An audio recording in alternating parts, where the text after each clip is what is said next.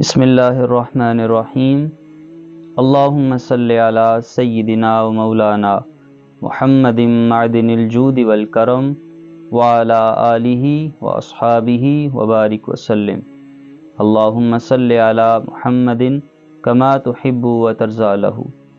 ناظرین و سامعین، السلام علیکم ورحمۃ اللہ وبرکاتہ۔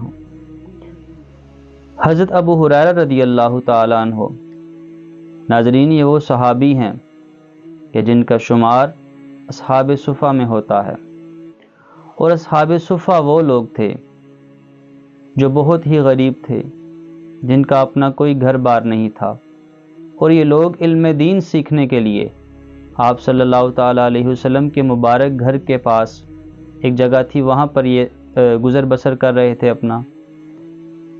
تو یہ لوگ اتنے غریب تھے، یعنی کئی دن کے فاقے ہو جاتے، تو ان کے بارے میں کہا جاتا ہے کہ جب یہ لوگ نماز پڑھتے تو یہ لوگ بے ہوش ہو جاتے کمزوری کی وجہ سے۔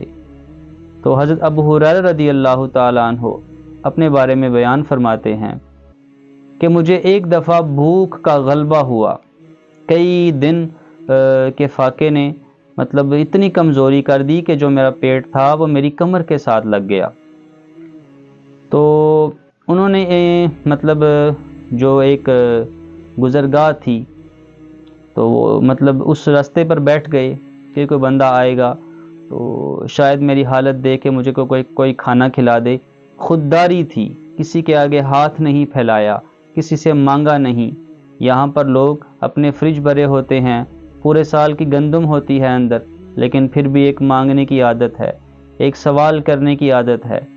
تو وہ لوگ خودداری والے تھے، ان کے اندر خودداری کا جذبہ تھا، تو انہوں نے کسی کے آگے ہاتھ پھیلانا مناسب نہیں سمجھا۔ جہاں پر حضرت ابو ہریرہ رضی اللہ تعالیٰ عنہ بیٹھے ہوئے تھے، وہاں سے سیدنا صدیق اکبر رضی اللہ تعالیٰ عنہ گزرے، تو انہوں نے دیکھا تو ابو ہریرہ رضی اللہ تعالیٰ عنہ فرماتے ہیں کہ میری نیت تھی کہ میں ان سے کوئی شرعی مسئلہ پوچھوں گا تو اس کا جواب عنایت فرمائیں گے، اور ساتھ میری یہ حالت دیکھ لیں گے تو شاید ہی مجھے کھانا کھلا دیں۔ تو اب نیت یہ تھی، پھر بھی سوال نہیں کیا، ان سے ڈائریکٹ کہا نہیں ہے، صرف دل میں نیت کی ہے۔ تو سیدنا صدیق اکبر نے جو انہوں نے سوال پوچھا تھا وہ ان کو جواب عطا کر دیا، اور مطلب ان کی حالت پر توجہ نہ دی، وہ پہچان نہ سکے۔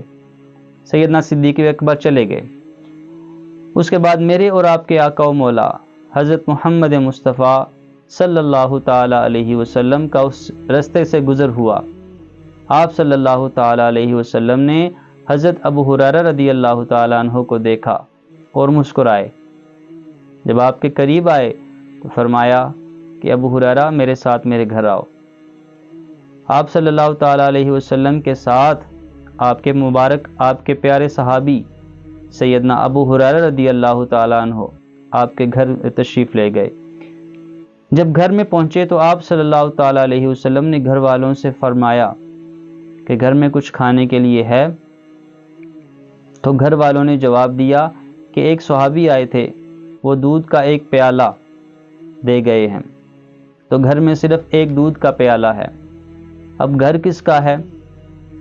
جن کے وجہ سے پوری کائنات تخلیق کی گئی، زمین و زمان جن کے لیے بنائے گئے، ان کا گھر ہے، لیکن صرف ایک دودھ کا پیالہ ہے۔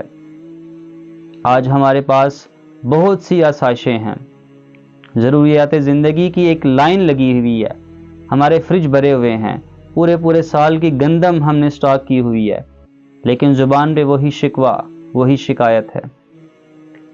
آپ صلی اللہ تعالیٰ علیہ وسلم نے حضرت ابو ہریرہ رضی اللہ تعالیٰ عنہ سے فرمایا کہ ابو ہریرہ جاؤ اور باقی جگہ تمام جو لوگ ہیں یعنی اصحاب صفہ ہیں ان سب کو بلا لاؤ۔ اب کہتے ہیں کہ اس ٹائم جو تعداد تھی وہ تقریباً 70 کے قریب تھی، جو اصحاب صفہ تھے وہ 70 کے قریب تھے۔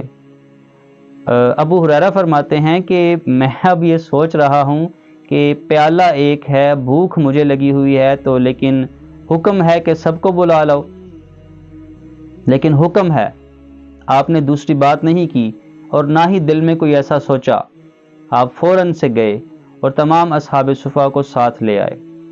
سبھی بھوکے تھے، کئی کئی دن کے مطلب فاقے تھے، تو سبھی جو ہے نا ان کے ساتھ آپ صلی اللہ تعالیٰ علیہ وسلم کے مبارک گھر میں تشریف لے آئے۔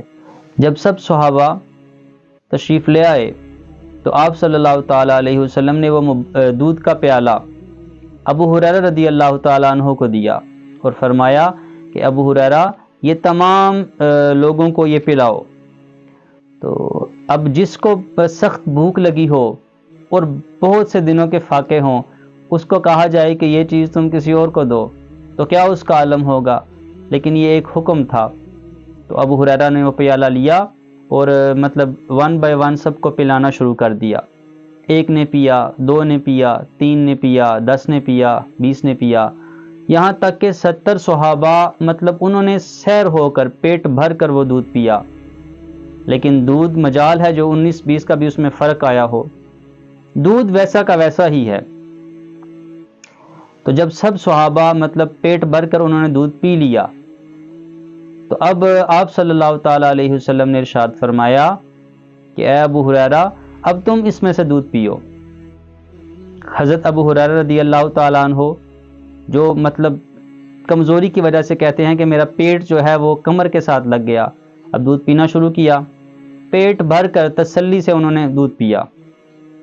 جب وہ پی چکے تو سرکار صلی اللہ تعالیٰ علیہ وسلم نے فرمایا کہ اے ابو ہریرہ دوبارہ پیو۔ جب دوبارہ انہوں نے دودھ پیا، پھر ظاہر ہے جی بھر کر دودھ پیا، جب پھر پی چکے تو آپ صلی اللہ تعالیٰ علیہ وسلم نے فرمایا اے ابو ہریرہ پھر پیو۔ جب تیسری مرتبہ دودھ انہوں نے پی لیا، پھر جی بھر کر دودھ پیا، جب پی چکے تو پھر آپ صلی اللہ تعالیٰ علیہ وسلم نے ارشاد فرمایا کہ اے ابو ہریرہ پھر پیو۔